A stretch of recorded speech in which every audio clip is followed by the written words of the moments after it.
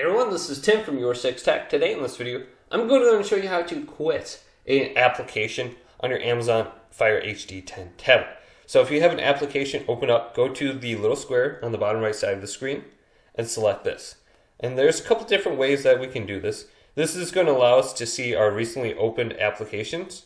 So we can go to the application and we can force quit it by going over the icon and selecting this and go to App Info. And then you can go to Force Stop. And force stopping will close the application and stop any of its background processes. It's usually unnecessary to force stop an application unless it's misbehaving or unresponsive.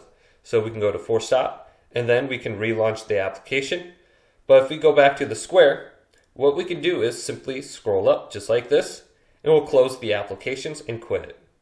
Just like this, and this will close the background processes as well. So hopefully this video did indeed help you out. If it did, leave it a big thumbs up and subscribe to my channel down below for more tech videos coming up next on YourSixTech.